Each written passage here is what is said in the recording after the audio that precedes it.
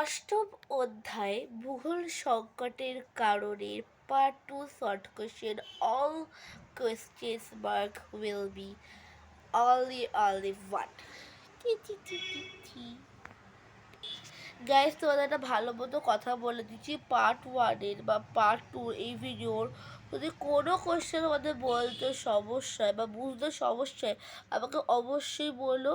তোমরা যে কোনো ভিডিওতে বলতে পারো আমার, কারণ আমার তো নোটিফিকেশান চলে আসবে, আমি সেটা ছবিটা দিয়ে দেবো ইউটিউবে, তোমরা যে কোনো একটা বলে, ঠিক আছে? স্টার্ট। চলো। মারাঠারা নিজের রাজ্যকে কি বলতো? স্বরাজ্য। যেসব সৈনিক মারাঠা রাজ্যে স্থায়ীভাবে চাকরি করত তাদের কি বলা হতো? বর্গী। শিবাজি কোথা থেকে একদল পদাতিক সেনা সংগ্রহ ও নিয়োগ করেন? পুনে ও তার আশেপাশে অঞ্চলে। এদের কি বলা হতো? বাওয়ালি।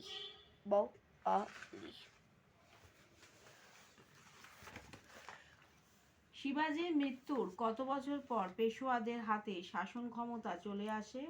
40 ইয়ার্স বা 40 বছর। শিবাজির মৃত্যুর 50 বছর পর কে হিন্দু রাজাদের সঙ্গে যুক্ত হয়ে একটি সাম্রাজ্য গড়ে তোলার পরিকল্পনা করেন? প্রথম বাজিরাও। এই হিন্দু রাজ্যের আদর্শকে কি বলা হতো?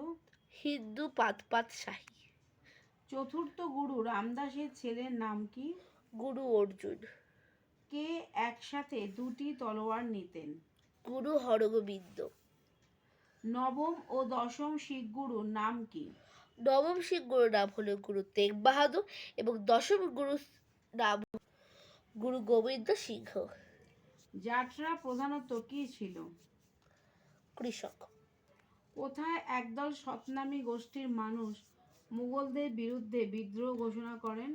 মথুরার নারনৌল। ঔরঙ্গজেব বিজাপুর ও গোলকোন্ডা জয়ের পর কোন জায়গাটা মুঘলদের হাতে চলে আসে? দাক্ষিণাত্যের বিরাট অঞ্চল। খাস জমির রাজস্ব সরাসরি কোথায় গিয়ে জমা হতো? কেন্দ্রীয় কোষাগারে। আরও সবাইকে বলে আমাকে যে হেল্প করেছে কোশ্চেনগুলো বলতে, সেটি হলো আমার মামা।